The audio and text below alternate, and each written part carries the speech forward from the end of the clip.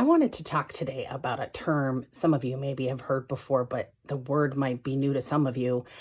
I personally have gone through it. So it was very interesting when it was in my personal life. Now, I'm going to share a little anecdote about my mom, and she does not have Alzheimer's, but there is definitely some changes cognitively that have been found through a comprehensive workup, mild neurocognitive changes, and possibly really exacerbated by your UTIs, which some of you probably have heard of. So, what I want to share is pretty horrifying because in the Chicagoland area, I feel like we're a little bit of an alumni club, and in senior care, we've all worked together at some point or another.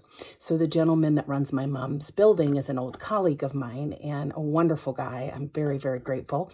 And it's been 3 or 4 years now, but I was traveling, I think in Wisconsin or somewhere, and didn't have good coverage on my cell phone.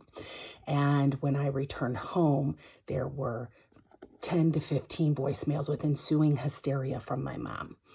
And in the end, what transpired is she had truly believed that from some pieces of information she had, I had disowned her and cut her off from all of her money and assets. And it just breaks my heart to even think about this. And also breaks my heart to think she told everybody that, and they think I'm the worst daughter ever. Well, this is called confabulation. I'm sure some of you have heard of this. Again, you would think it's lying, but if there is a cognitive change, and it's sometimes even referred to as honestly lying because people are doing the best they can with the information they have. So my understanding from looking this up, Karl Bonhoeffer is the psychiatrist who gave the term confabulation in 1900, and he basically stated that it's honestly lying. People truly believe these things to be real with the information they have. So what had transpired was my mom finally, for some reason, which isn't often, decided to go to her mailbox, and she lives in a supportive living. And when she had gone to the mailbox, there were a bank statement with a bazillion bounced checks, which is never fun. Well, that information and not being able to get a hold of me ensued with all of these thoughts and coming up with that story in her mind because I didn't return her call, where in turn I really had no coverage where I was. Well, she had gotten into a old checkbook from where we used to live in Ohio, and had written checks to the little country store and the beauty shop and different places around the building from the wrong account. So long story, staff were rallying around her, consoling her that she was now disowned from her family. And when I finally was informed of all this, you can imagine how embarrassing it was.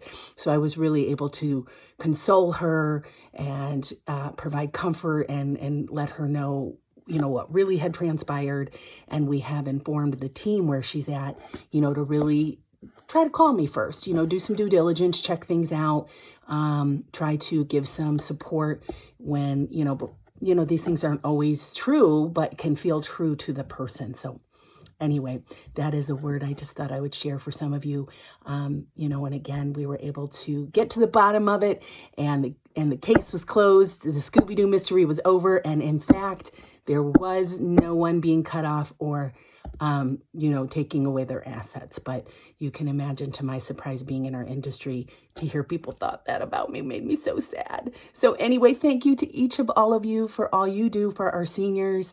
And I bet there's a whole pocket of us who started when we were younger, and now it's in our personal lives and in work. And boy, does it keep us on our toes. Take care, everyone. Have a great day.